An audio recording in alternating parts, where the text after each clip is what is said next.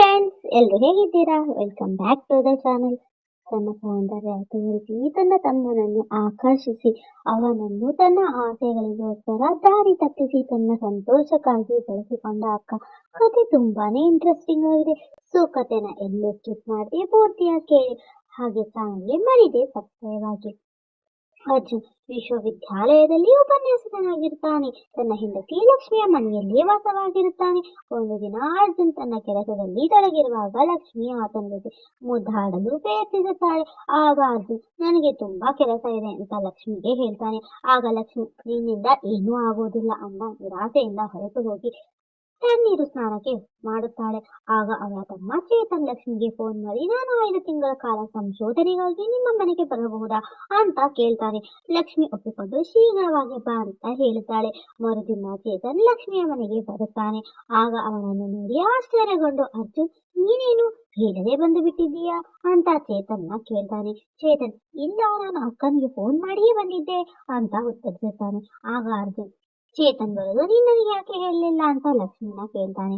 ಲಕ್ಷ್ಮಿ ನಿನ್ನಿಂದ ಏನೂ ಸಿಗೋದಿಲ್ಲ, ಹೇಳಿ ಏನು ಪ್ರಯೋಜನ ಅಂತ ಅರ್ಜುನ್ಗೆ ಕೇಳಿ ನೀನೀಗ ತುಂಬಾ ಚೆನ್ನಾಗಿ ಕಾಣಿಸ್ತಿದ್ದೀಯ ಚೇತನ್ಗೆ ಅಂತ ಹೇಳ್ತಾಳೆ.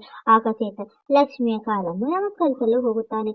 ಲಕ್ಷ್ಮಿ ಅಜ್ಜಿಯರಿಗೆ ನಮಸ್ಕಾರ ಮಾಡು, ನಾನಿನ್ನು ಯುವತಿಯಾಗಿದ್ದೀನಿ, ನನ್ನನ್ನ ಗೆಳತಿಯ ತರ ನೋಡು ಅಂತ ಹೇಳಿ ಚೇತನ್ನ ತಪ್ಕೊಳ್ತಾಳೆ. ಇದನ್ನೆಲ್ಲ ನೋಡಿ ಅರ್ಜುನ್ಗೆ ಆಘಾತವಾಗುತ್ತದೆ.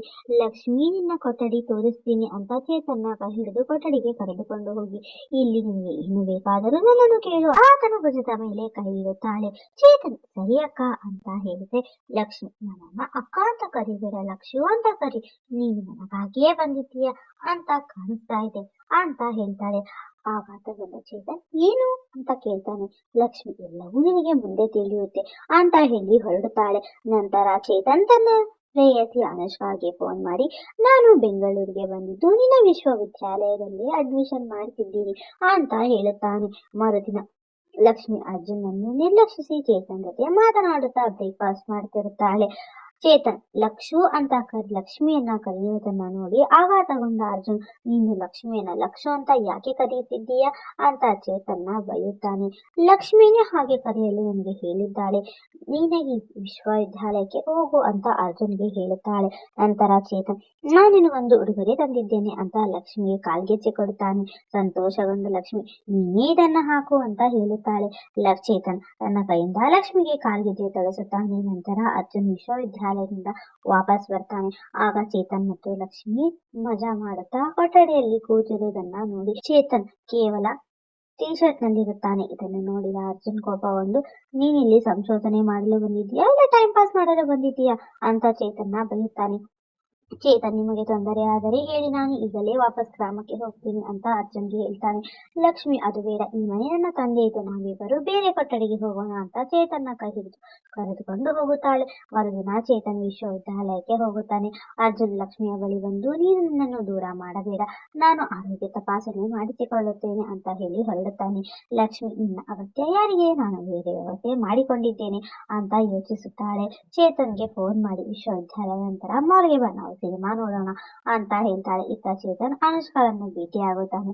ಆಗ ಅನುಷ್ಕಾ ನನ್ನ ತಂದೆಗೆ 2 ಕಿಡ್ನಿಗಳು ವಿಫಲವಾಗಿವೆ, ಆಸ್ಪತ್ರೆಗೆ 10 ಲಕ್ಷ ಬೇಕು, ಏನೂ ಮಾಡೋದು ಗೊತ್ತಾಗ್ತಾನೆ ಇಲ್ಲ ಅಂತ ಚಿಂತೆಯಿಂದ ಹೇಳುತ್ತಾಳೆ. ಚೇತನ್ ನೀನು ಚಿಂತೆ ಮಾಡಬೇಡ, ಈಗಲೇ ಈ ಸಮಸ್ಯೆಗೆ ಒಂದು ಪರಿಹಾರ ಹುಡುಕ್ತೀನಿ ಅಂತ ಅನುಷ್ಕಾಳನ್ನ ಲಕ್ಷ್ಮಿಯ ಮನೆಗೆ ಕರೆದುಕೊಂಡು ಬರುತ್ತಾನೆ.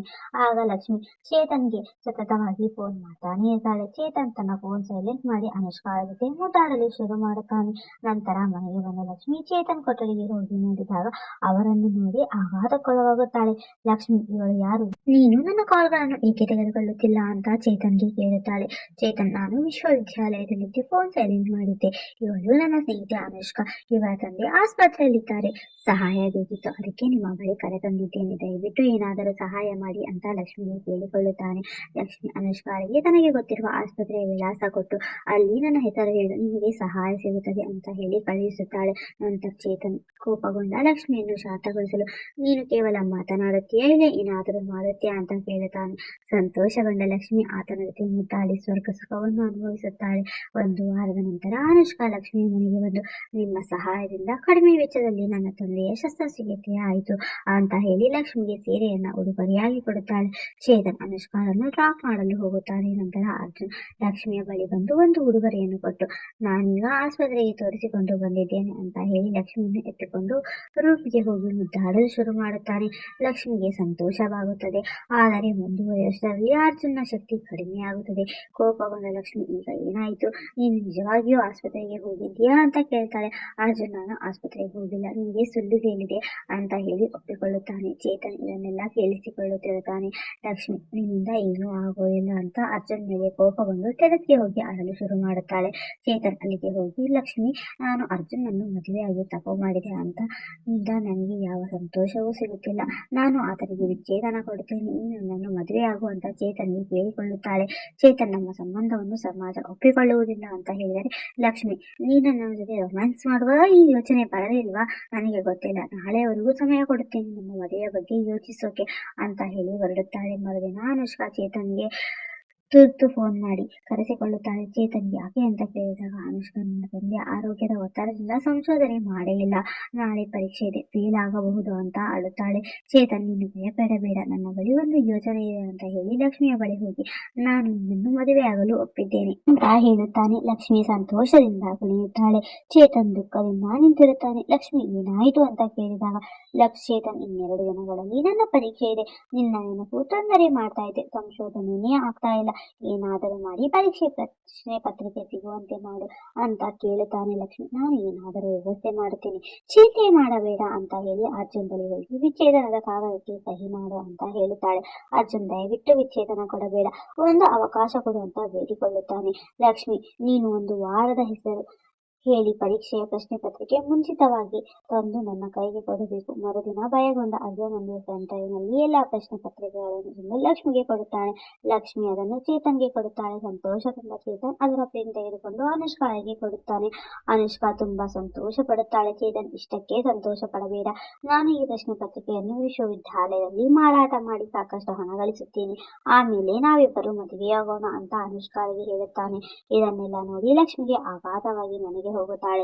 ನಂತರ ಚೇತನ್ ಲಕ್ಷ್ಮಿಯ ಬಳಿ ಹೋಗುತ್ತಾನೆ. ಲಕ್ಷ್ಮಿ, ನಾನು ನಿನ್ನ ಮಗುವಿಗೆ ತಾಯಿ ಆಗ್ತಿದ್ದೇನೆ, ನೀನಿನ್ನೂ ನನ್ನ ಮದುವೆ ಆಗಲೇಬೇಕು ಅಂತ ಚೇತನ್ಗೆ ಹೇಳುತ್ತಾಳೆ.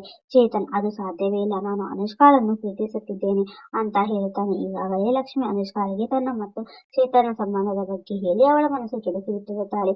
ಲಕ್ಷ್ಮಿ, ಅನುಷ್ಕಾ ನಿನ್ನನ್ನು ಮದುವೆ ಆಗುತ್ತಾಳೋ ಇಲ್ವಾ ಅಂತ ಕೇಳು ಮೊದಲು ಅಂತ ಹೇಳುತ್ತಾಳೆ. ಚೇತನ್ಗೆ ಹೇಳ್ತಾಳೆ.